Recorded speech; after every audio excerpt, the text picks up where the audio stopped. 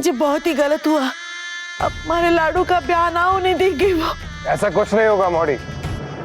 अगर मुझे पता होता कि वो रणवीर के फादर हैं तो मैं उन्हें यहां कभी इनवाइट नहीं करता, कभी नहीं बुलाता। आप ऐसे क्यों कह रहे हैं पापा? इसमें आपकी कोई गलती नहीं है। चौहान साहब तो जो गलत होता है उसको गलत नहीं मानते, और आप ऐसे ही गिल्टी फील कर रहे हैं। इमेजिन हम उनके साथ बिजनेस करने जा रहे थे, वो भी पार्टनरशिप में। अब नहीं करेंगे हम। हाँ Ranveer, I am sorry to say आपके पापा है, लेकिन हम ऐसे क्रिमिनल टाइप लोगों के साथ बिजनेस नहीं कर पाएंगे। ऐसे लोगों की ना दोस्ती अच्छी है ना दुश्मनी। कहीं हमारी फैमिली को वो कुछ नुकसान तो नहीं पहुंचाएंगे ना?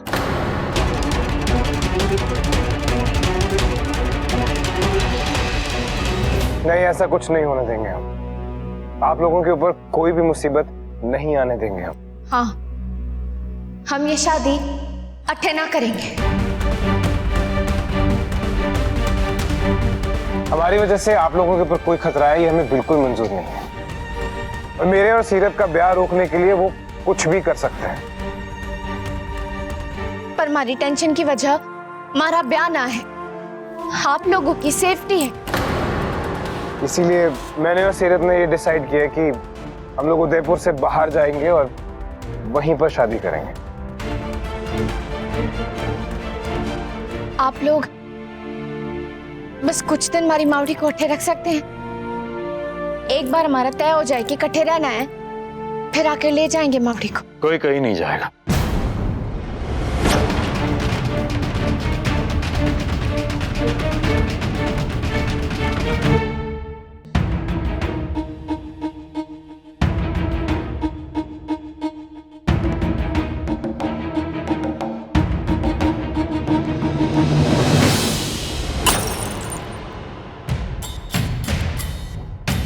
कोई गलती हो गई मारे से।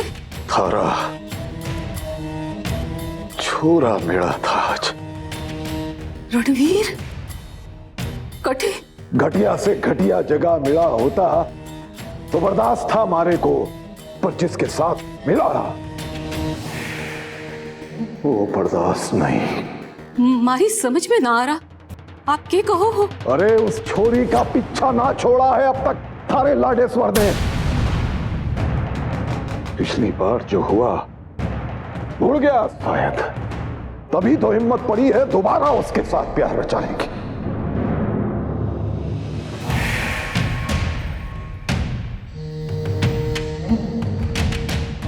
2 साल से तो नाम भी नहीं सुना था छोरी का, पर 1 हफ्ता पहले हमारे आदमियों ने बताया कि दोनों उदयपुर में हैं और साथ हमारे आदमी गए थे रणवीर के गोदाम पर। ये उनके पहुंचने से पहले ही भाग गए दोनों। हमारे को लगा कि डर के भागे होंगे, पर मनीष गोयनका के घर पहुंच जाएंगे ये नहीं सोचा था।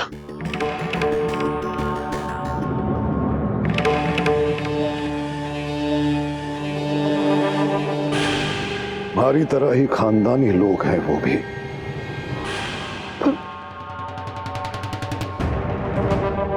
पर न जाने क्या पट्टी पढ़ा दी इस छोरी ने कि उसका और रणवीर का ब्याह तक करवाने के लिए राजी हो गए, वो भी अपने घर से।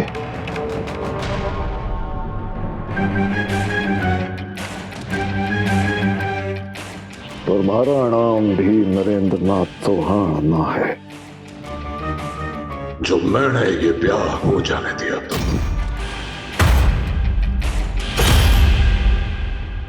ये आप क्या कह रहे हैं कार्तिक? सही कह रहा हूं मैं, आप दोनों कहीं नहीं जाओगे। तो हमारी शादी होगी, यहीं से होगी। वो ना होने देंगे। हम कोशिश तो कर ही सकते हैं ना, उनसे बात करेंगे। चौहान साहब से।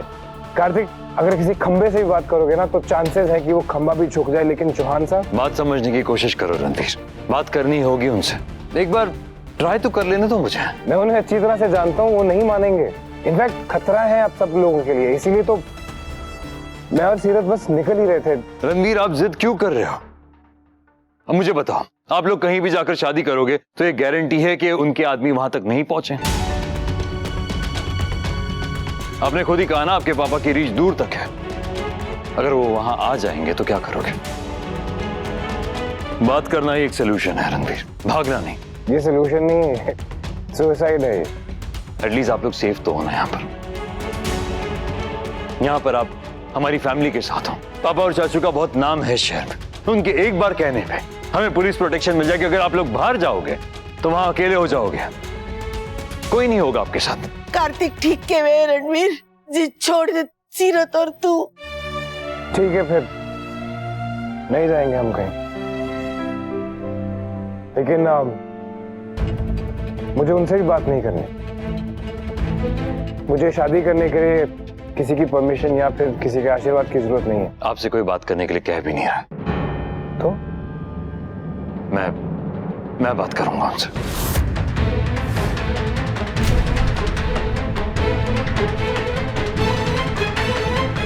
पागल हो क्या? तुम्हारा क्या लेना देना है इससे? तुम क्यों जाओगे किसी से बात करने के लिए इनके लिए? बाप बेटे के बीच की बात है। रणवीर जाना चाहे उसकी मर्जी, तुम्हारे जाने की क्या जरूरत है? चाचू, कभी कभी दो सबसे करीबी लोग भी एक दूसरे की बात नहीं समझ पाते, उसके लिए तीसरे के नजरिए की जरूरत होती है। मेरे और पापा के बीच भी तो यही हुआ था ना। इतने सालों तक एक दूसरे से बात नहीं की थी हमने। ठीक है, चलते हैं फिर। नहीं, आप नहीं आओगे साथ। आप जाओगे तो बात बनने की बजाय सिर्फ बिगड़ जाएगी, खून खराब ही होगा। इसलिए सिर्फ मैं जाऊंगा। नहीं, आप नहीं जाएंगे कार्तिक। पर क्यों? हमारा ब्याह हो ना हो, आपने कोई रिस्क ना लेने दे सकती मैं। सीरत, बात समझने की कोशिश करो, मुझे जाना होगा। कार्तिक, सीरत का डर जायज है। मेरी बात भी जायज है, मुझे बात करनी होगी उनसे। यूं भागकर कुछ नहीं होने वाला है। आज नहीं तो कल आप दोनों का दोबारा सामना होगा उनसे। बस अब इस बारे में कोई और बहस नहीं होगी। तो फिर मैं भी जाऊंगा। अगर तुम जाओगे तो मनीष गोयनका भी जाएगा। अंकल आप बस फैसला हो चुका है।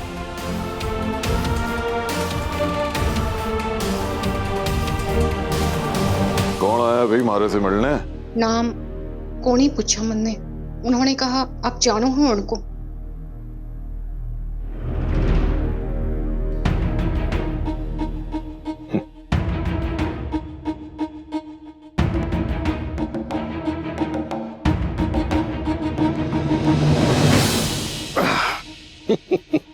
बैठिए बैठिए।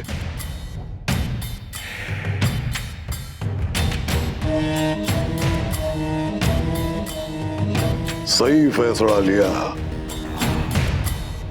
कोई भी समझदार बिजनेसमैन यही करता। हम यहाँ आपसे बिजनेस की बात करने नहीं है।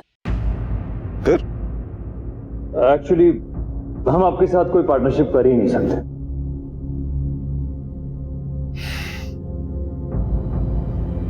भाई मैंने तो समझा था कि आप लोग बहुत समझदार हैं। देखो, पर्सनल और प्रोफेशनल को हमेशा अलग रखो। वही करते हैं आज तक, मगर उसमें भी हमारे कुछ उसूल हैं। हम ऐसे इंसान के साथ ना पार्टनरशिप करते हैं और ना ही बिजनेस जिसकी नजर में इंसान की कोई कीमत ना हो।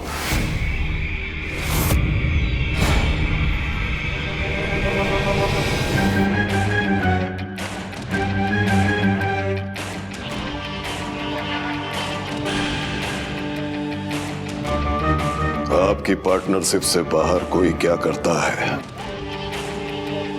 इससे आपको कोई लेना देना तो होना नहीं चाहिए। मिस्टर चौहान, हमारे लिए बिजनेस के रिश्ते भी रिश्ते ही होते हैं। तो फिर ठीक है, आप अपना वक्त बर्बाद कीजिए ना हमारा। चलिए उठिए, उठिए और चलते बनिए। और कोई अरमान बाकी है? हो गई बेइज्जती? पापा प्लीज प्लीज रुक जाइए। अब यहां तक आ ही गए तो रणवीर और सीरत की बात करके ही जाते हैं ना। देखिए मिस्टर चौहान, हम यहां रणवीर और सीरत के बारे में बात करने आए। वो दोनों बहुत प्यार करते हैं एक दूसरे से। बचपन से ही प्यार करते, बचपन के साथ ही ये दोनों आप तो जानते हैं। ये 2 साल दोनों अलग रहे और तड़पते रहे बस। आपकी वजह से उन दोनों के बीच गलतफहमियां रही। अब जब मिले हैं तो शादी करना चाहते हैं। सीरत एक बहुत अच्छी इंसान है, बहुत अच्छी लड़की है, मेरी दोस्त है वो, मैं जानता हूं उसे। आप प्लीज एक बार उसके नजर। इतनी अच्छी थी तो तन ने क्यों ब्याह नहीं रचा लिया उससे? मगेतर थी ना थारी तो कुछ दिनों पहले तक। सीरत सिर्फ मेरी दोस्त है, सिर्फ दोस्त। हमारी शादी सिर्फ एक समझौता होती है और कुछ नहीं।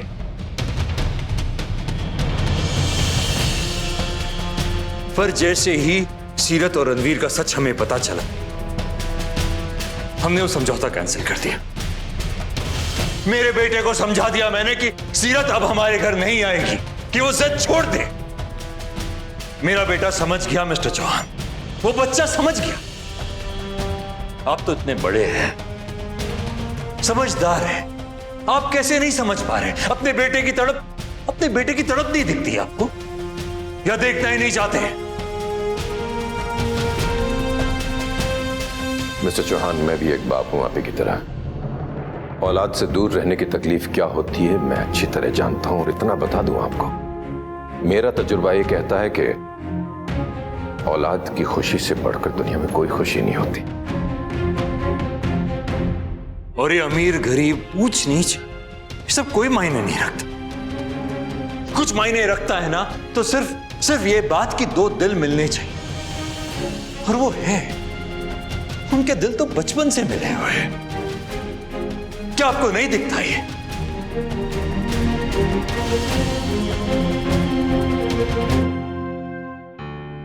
मारा मन बहुत घबरा रहा है रणवीर, पता नहीं क्या होगा वो।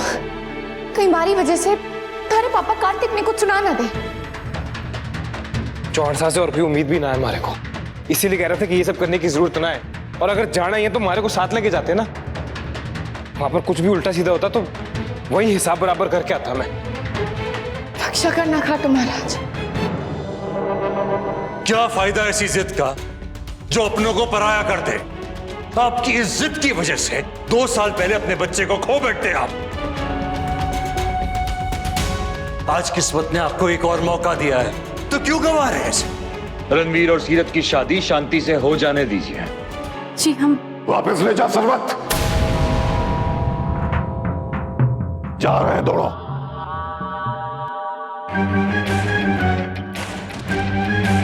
और हाँ, सलाह देने के लिए शुक्रिया। ये मेरा और मेरे छोरे का मामला है।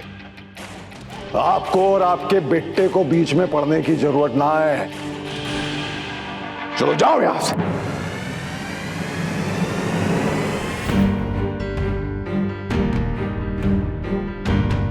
हो गई तसल्ली या अभी और बेइज्जती करवाना बाकी है? चले यहां से। 1 मिनट पापा, रुक जाइए।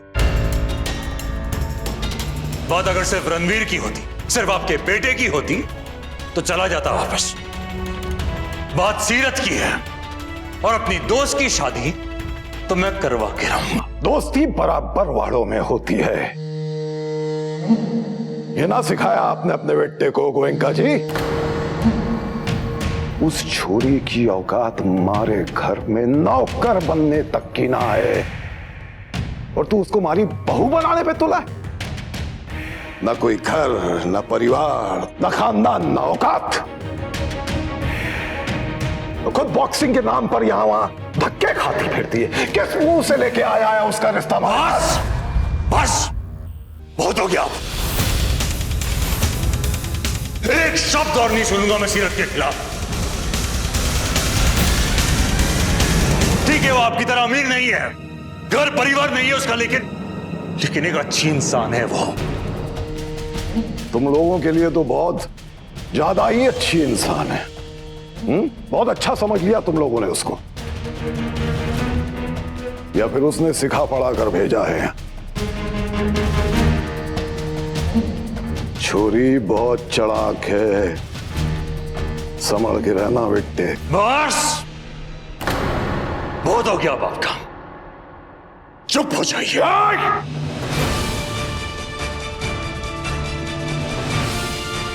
उस दिन मैं तुम लोगों के यहां था, इसलिए कुछ नहीं बोला, लेकिन हमारे घर में आकर ऊंची आवाज में बात करने वाले की मैं जबान खींच लेता हूं। याद रखना। बस! आपकी हिम्मत कैसे हुई मेरे बेटे से इस तरह बात करने की? और आपके बेटे की हिम्मत कैसे हुई मारे घर पे आकर मारे को सलाह देने की? मारे से दुश्मनी मोल मत लेना तुम लोग।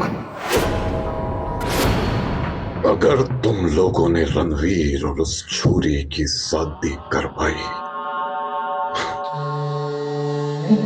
तो याद रखना। बहुत आए आपके जैसे और बहुत गए, हम भी देखेंगे क्या करोगे। औकात में रहो। औकात में तुम रहो नरेंद्र। छोड़िए उन्हें, इसे शांत छोड़िए। हिम्मत कैसे हुई आपकी? हिम्मत कैसे हुई मेरे? पापा आप ठीक है ना? छोड़ूंगा नहीं मैं आप लोगों को, नहीं छोड़ूंगा। अब तो बहुत सह लिया आपको, बहुत हो गया। कि डरते नहीं हम आपसे। और क्या औकात की बात कर रहे थे ना आप? तो हमारी औकात तो आपको तभी पता चल जाएगी जब आपकी इस हरकत के बावजूद, आपकी धमकियों के बावजूद रणवीर और सीरत की शादी उसी दिन उसी जगह होगी। और हम करवाएंगे वो शादी। हाँ, हम। आपको जो करना है आप कर लीजिए। सुन लिया आपने? चलिए पापा। चल बेटा।